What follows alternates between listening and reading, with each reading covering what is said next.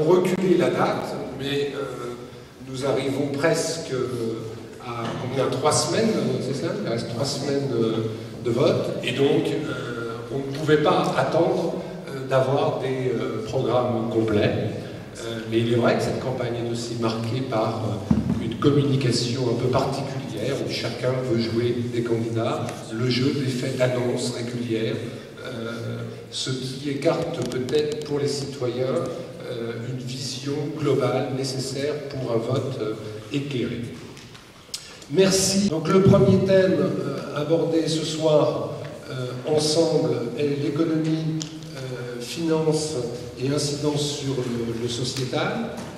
Vous allez peut-être, chers représentants, nous parler de cette annonce d'un déficit en diminution, donc de l'apprendre, mais d'une dette qui augmente, plus prévue, donc des intérêts. Peut-être quelques mots sur la situation de notre pays face à ces déficits, les programmes des candidats, à quand l'équilibre budgétaire 2016-2017? Faut-il d'abord faire des économies et où augmenter les impôts et sur qui? Bien évidemment, ce sont autant de questions que nous nous posons. Les Français, dans un récent sondage, mettent en premier de leurs préoccupations l'emploi, le chômage, donc certainement là encore des questions à aborder, et bien évidemment le pouvoir d'achat. Ce n'est pas moi qui fais le débat, donc je laisse la parole à Olivier Antor qui a le mérite. L'équilibre budgétaire est à atteindre, et pour François Bayrou, l'équilibre budgétaire est à atteindre dès 2016. Pour ça, il y a une mesure qui est relativement simple, enfin une série de mesures qui va être relativement simple, mais une première, ça va être clairement de réduire le déficit budgétaire à 0. Ça veut dire mettre en place constitutionnellement une règle d'or. Il ne s'agit pas de sabrer de manière, je dirais, indistincte, mais on ne peut pas se permettre aujourd'hui, à partir du moment où vous êtes obligé d'emprunter tous les mois pour payer les fonctionnaires, c'est-à-dire payer la dette, vous pouvez faire comme la Grèce, dire je fais un défaut de paiement. Le seul problème, c'est que derrière, pour pouvoir payer vos fonctionnaires, vous allez devoir vous... Et si la croissance n'est pas au rendez-vous, ce qui risque malheureusement d'être le cas, dès 2014, un point supplémentaire. Donc ça veut dire jouer sur la fiscalité, inclure par exemple les contraintes sociales et environnementales dans les coûts. Aujourd'hui, vous ne pouvez pas, nous, avec les contraintes que nous mettons, produire intelligemment en France et laisser produire en Chine des produits qui n'étant pas effectivement dans une situation de crise. Et cette crise, contrairement à ce que certains vont nous faire croire, parce qu'ils y ont évidemment intérêt, on y reviendra peut-être, cette crise n'est pas uniquement une crise financière.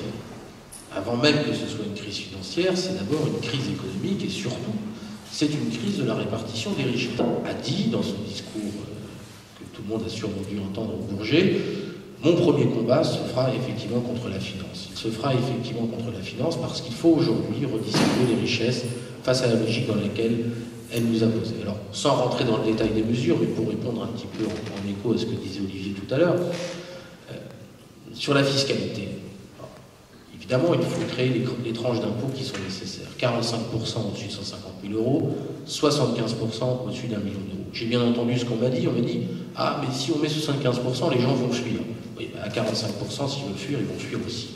Donc, je crois qu'effectivement, il faut regarder les choses d'une manière claire. Il y a aussi une autre question qui est importante. C'est le rééquilibrage de la fiscalité entre les entreprises. Nous sommes dans une situation aujourd'hui, je ne sais pas s'il y a des entrepreneurs ou des commerçants dans la salle, mais nous sommes dans une situation qui est délirante de ce point de vue-là. Les très grandes entreprises payent en moyenne 8% d'impôts sur les sociétés. Pourquoi? Parce qu'elles bénéficient de mécanismes qui leur permettent d'exonérer, parce qu'elles peuvent suffisamment bénéficier de lobby pour effectivement faire baisser leur impôt. Et à l'autre bout de la chaîne, les plus petites entreprises sont celles qui payent le plus d'impôts. Donc il faut aussi rééquilibrer de ce point de vue-là la fiscalité si on veut créer de la croissance, de l'emploi et réduire le chômage.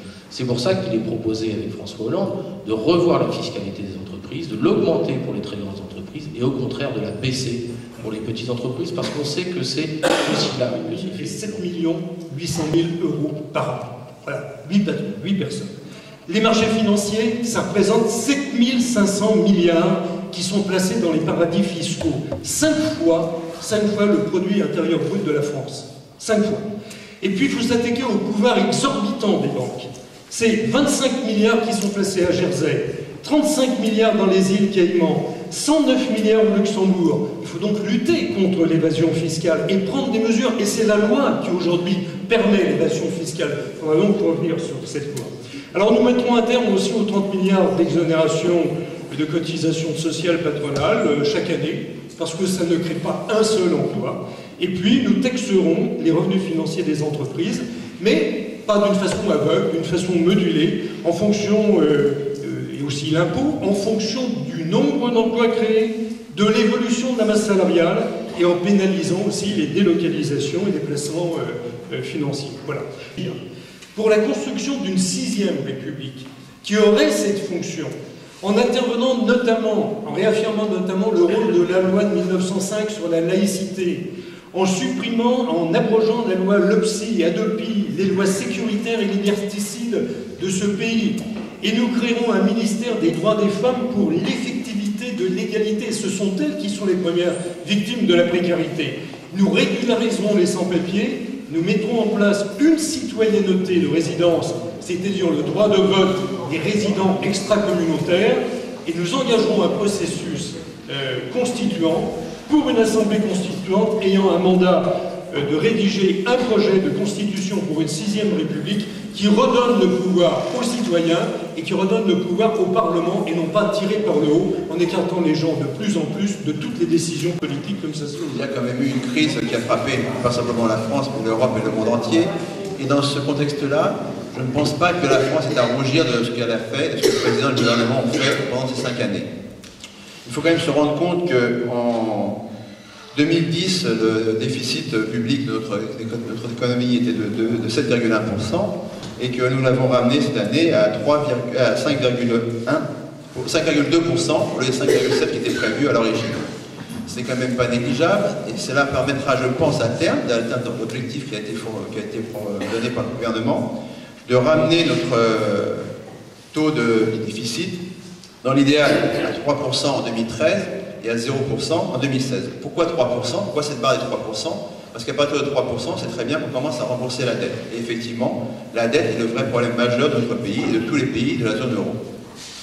Donc à partir de ce moment-là, le gouvernement a quand même pris des mesures. Il ne faut quand même pas oublier qu'en lançant ce plan de sauvetage des banques, même si cela déplaît à certaines personnes autour de cette table, le plan de sauvetage des banques a quand même permis de sauver aussi l'épargne des Français. C'est incontestable, tout le monde l'a reconnu, et ça a quand même permis aussi de préserver, je dirais, quand même une grande partie des emplois de la France. Et en même temps, lorsque ces banques ont remboursé les prêts que leur avait fait l'État, ça a également permis d'avoir plus avec les taux d'intérêt, d'avoir des budgets supplémentaires pour notre gouvernement, pour notre pays. Ce ne sont pas des mesures anodines. En plus, le gouvernement a lancé quand même, ce qui est quand même pas inutile, un plan de relance de 34 milliards d'euros. Et je crois que dans ce sens-là, vous ne pouvez pas dire que le pays va aller plus mal. Moi, je suis pour quelqu'un qui va dans l'optimisme et qui estime qu'aujourd'hui, notre pays s'en sort pas si mal que ça de la crise. Effectivement, d'entamer le débat par le sujet principal, le sujet fort, celui qui doit animer absolument toutes les passions politiques aujourd'hui, qui est autour de la question de la crise économique, de ses incidences financières. C'est effectivement une entrée thématique qui, pourtant, pour nous, fait écho à une problématique bien plus globale.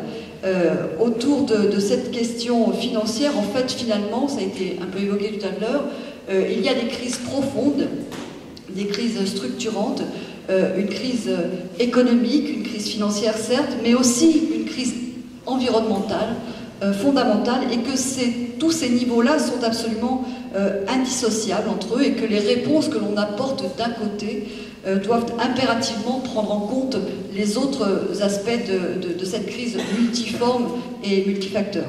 Et c'est vrai qu'aujourd'hui, cette campagne nous fait croire finalement que les enjeux économiques, les enjeux financiers sont absolument prééminents.